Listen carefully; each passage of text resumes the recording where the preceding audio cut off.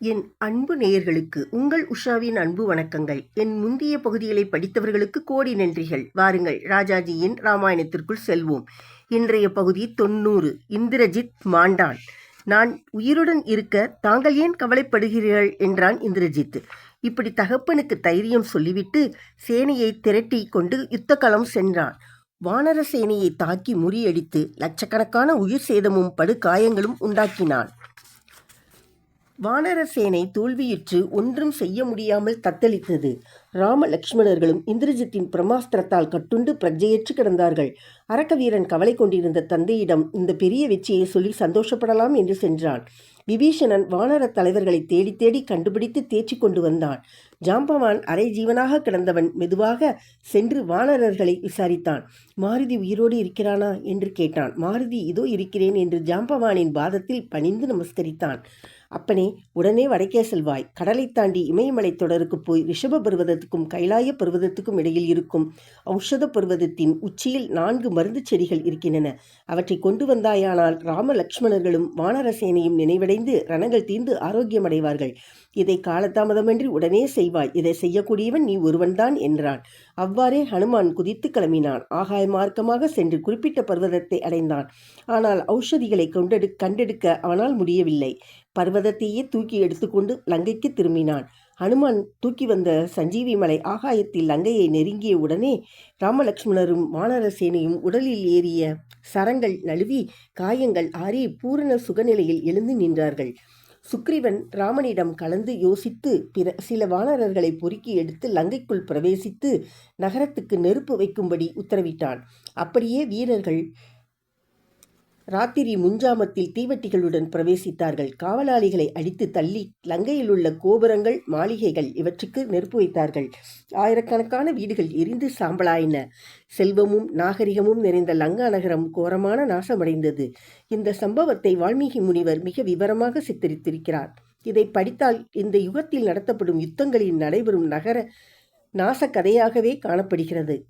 வானரர்களால் லங்கா நகரம் எரிக்கப்படுவதைக் கண்ட ராவணன் பெருங்கோபம் கொண்டு கும்பகர்ணனுடைய புத்திரர்களான கும்பன், நிகும்பன் இவர்களை யூபாஷன் முதலிய அரக்க வீரர்களுடன் யுத்தக்களத்துக்கு அனுப்பினான். ராட்சசர்களுக்கும் வானரர்களுக்கும் கோர யுத்தம் நடந்தது. கும்பன் சுக்ரீவனாலும் நிகும்பன் மாருதியாலும் வதம் செய்யப்பட்டார்கள். கரனுடைய மகன் மகாராட்சசன் என்ற அரக்கன் ராமனையே எதிர்த்து ராமனுடைய ஆக்னேயாஸ்திரத்துக்கு இரையானான். இன்னும் பல பெரிய அரக்கர்கள் மாண்டார்கள். அதன் பேரில் ராவணன் சொல்லியபடி இந்திரஜித்து மறுபடியும் புறப்பட்டான். இந்திரஜித் அசுரவேள்வி ஒன்று செய்து அதன் பயனாக ஆகாயம் ஏறி கண்ணுக்கு மறைந்து யுத்தம் செய்தான்.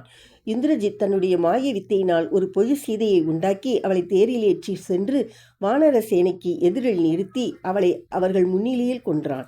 இதைக் கண்டு வானர வீரர்களும் மற்றவர்களும் ஏமாந்து போய் இனி யுத்தம் செய்து என்ன பயன் என்று யுத்தத்தை நிறுத்திவிட்டு ராமனிடம் போய் யோசிக்கச் சென்றார்கள்.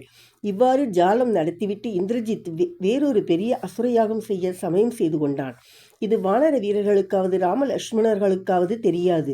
அவர்கள் சீதை உயிரிழந்ததை பற்றி ஆறாது துர்க்கம் அடைந்து இன்னது செய்வது என்று தோன்றாமல் அறிவிழந்து கிடந்தார்கள். அப்பொழுது விபீஷணன் வந்து என்ன விஷயம் என்று விசாரித்தான். நடந்ததையெல்லாம் அவனுக்கு தெரிவித்தார்கள். ஐயோ, இப்படி நீங்கள் மோசம் போனீர்களே. ஒரு நாளும் ராவணன் சீதையை கொல்லவிட மாட்டான். இது ஒரு யுக்தி. பொய்யும் மாயையும் சேர்ந்து இந்திரஜித் தன்னுடைய சூழ்ச்சியை நிறைவேற்ற பார்க்கிறான். மற்ற எவ்விதத்திலும் காரியம் நிறைவேறாது என்று அவன் இப்போது அசுரயாகம் செய்ய போகிறான். அது முடிந்துவிட்டால் பிறகு நம்மால் அவனை ஜெயிக்க முடியாது. ஆனபடியால் உடனே இந்த யாகத்தை நாம் தடுத்துவிட வேண்டும். சீதை இறந்தாள் என்று எண்ணி ஏமாந்து போகாதீர்கள். லக்ஷ்மணன் உடனே சென்று இந்திரஜித்தினுடைய வேள்வியை கலைத்துவிட வேண்டும் என்று யோசனை சொன்னான். இந்த யோசனையே சரி என்று ஒப்புக்கொண்ட ராமச்சந்திரன் தம்பியை அனுப்பினான். அவனுடன் ஆஞ்சநேயனும் பல வானரர்களும் விபீஷணனும் சென்றார்கள். இந்திரஜித் பூத கணங்களுக்கு செய்யவிருந்த யாக பூமிக்கு சென்றார்கள். வேள்வி தடைபட்டு அங்கே வெகுநேரம் பெரும் யுத்தம் நடந்தது. தேரின் மேல் நின்று ராவணகுமாரன் பானங்கள் செலுத்தினான். லக்ஷ்மணன் ஆஞ்சநேயன் மேல் நின்று பானங்கள் செலுத்தினான். இருவரும் விற்போரில் நிபுணர்கள். ஒருவருக்கொருவர் குறைந்தவர்கள் இல்லை. நிகரற்ற திறமையுடன் வெகுநேரம் யுத்தம் நடத்தினார்கள். விபீஷணன் லட்சுமணனுக்கு உற்சாகம் ஊட்டிக்கொண்டு நின்றான். இந்திரஜித்தின் தேர் அழிந்தது. பிறகு தரையில் நின்று இருவரும் போர் செய்தார்கள். முடிவில் லக்ஷ்மணன் இந்திராஸ்திரம் மந்திரம் சொல்லி ராமன் மேல் ஆணையிட்டு பானத்தை செலுத்தினான். இந்திரஜித்தின் தலை அறுபட்டு ஜொலித்து கொண்டு தரையில் விழுந்தது. தேவ காணவ கந்தர்வர்கள் ஆகாயத்திலிருந்து புஷ்பமாரி பெய்தார்கள். இந்திரஜித்தை வீழ்த்திவிட்டு லக்ஷ்மணன் ராமன் இடம் சென்றான். உடம்பெல்லாம் காயப்பட்டு ரத்தம் பெருகிய நிலையில் லக்ஷ்மணன் மெல்ல ஜாம்பவான் ஹனுமான் இவர்களின் பேரில் சாய்ந்து நடந்தான். இந்திரஜித்தின் வதத்தை அறிந்த ராமன் தம்பியை ஆலிங்கனம் செய்து, லக்ஷ்மணா, இனி ராட்சச குலம் அடிந்தது என்று சொல்லி மகிழ்ச்சி பரவசப்பட்டான். அடக்கத்துடன் ஒதுங்கி நின்ற லட்சுமணனை ராமச்சந்திரன் தன் மடிமேல் உட்கார வைத்து உச்சிமோந்து தன் ஆனந்தத்துக்கு போக்குவிட்டு பேசலானான். ஒருவராலும் செய்ய முடியாத வீர செயலை செய்து தீர்த்தாய். ராவணனுடைய வழக்கை உன்னால் இன்று வெட்டப்பட்டது. விபீஷணனுக்கும் ஹனுமானுக்கும் உனக்கும் சமானம் யார்? இனி எனக்கு ஒரு கவலையும் இல்லை. இந்திரனை ஜெயித்த வீரனை நீ ஜெயித்து வதம் செய்து விட்டாய். சீதையை அடைந்து விட்டேன் என்றே எண்ணுகிறேன் என்றான்.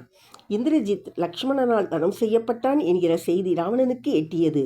உன் மகனை விபீஷணனுடைய சகாயத்தை கொண்டு லக்ஷ்மணன் கொன்றான் என்று சொல்ல கேட்டதும் அவன் துக்கமும் கோபமும் சமுத்திரம் போல் பொங்கி எரியும் சுடர் எண்ணெய் துளிகள் போல் கண்ணீர் விட்டான்.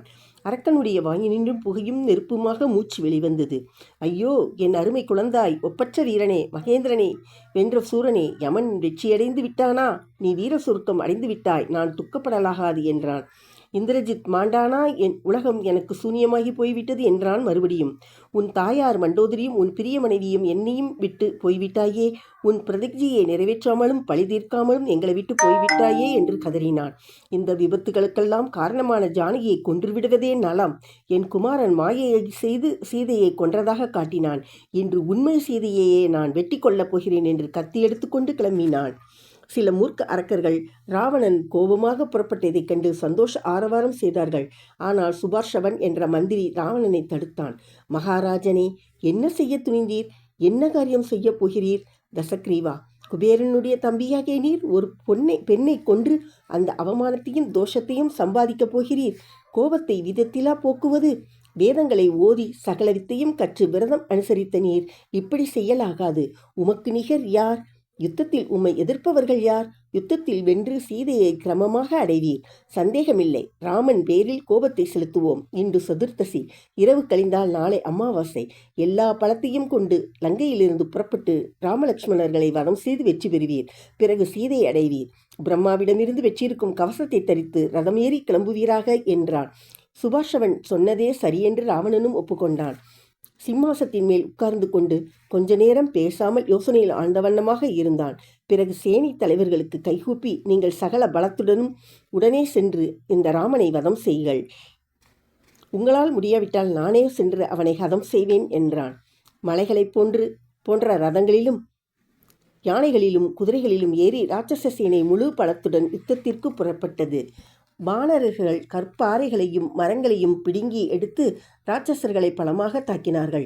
ராட்சசர்களும் வானரப்படையை பலமாக தாக்கினார்கள். இரத்த வெள்ளம் ஆறாக பெருகிற்று. வானரர்கள் தாவி தாவி அரக்கர்களையும் அவர்கள் ரதங்களையும் வாகனங்களையும் ஆயுதங்களையும் ஒடித்தும் அறுத்தும் கிழித்தும் துவசம் செய்தார்கள். ஒவ்வொரு ராட்சசனையும் அநேக வானரர்கள் சூழ்ந்து கொண்டு கொன்றார்கள். ராட்சசர்களும் வானரர்களை சும்மா விடவில்லை. பலமாக தாக்கி 10,000 கணக்கில் கொன்றார்கள். ராமன் தன் வில்லை வளைத்து அரக்கர்கள் பேரில் சரமாரி பொழிந்தான். நெருப்பை போல் ராட்சச சேனையை அவன் பானங்கள் எரித்தன. தங்களுடைய சகாக்கள் விழுந்து மடிவதைக் கண்டார்கள். அம்புமலையில் ராமனை அவர்கள் காணவில்லை. அதற்கு பதிலாக அநேக ராமன்களை கண்டார்கள். எங்கும் அவனை கண்டார்கள். எண்ணற்ற ராட்சசர்கள் மாண்டார்கள். எண்ணற்ற யானைகளும் மடிந்தன, ரதங்களும் ஒடிந்தன. அரக்கர் சேனை அழிந்தது. எஞ்சினவர்கள் சிதறி ஓடினார்கள். தேவர்களும் கந்தர்வர்களும் சித்தர்களும் ராமனை கொண்டாடினார்கள். இலங்கையில் ராட்சச ஸ்திரீகள் ஒருவரையொருவர் கட்டிக்கொண்டு பெரும் கூக்குரலிட்டு பிரலாபித்தார்கள். ராமனுடைய அறிவீனத்தால் இப்படி ஆகிற்றே என்று அழுதார்கள். இத்துடன் இன்றைய பகுதி நிறைவடைந்தது. நீங்கள் கேட்டதற்கு மிகவும் நன்றி. பிடித்திருந்தால் கமெண்ட் பண்ணுங்க, சப்போர்ட் பண்ணுங்க, லைக் பண்ணுங்க.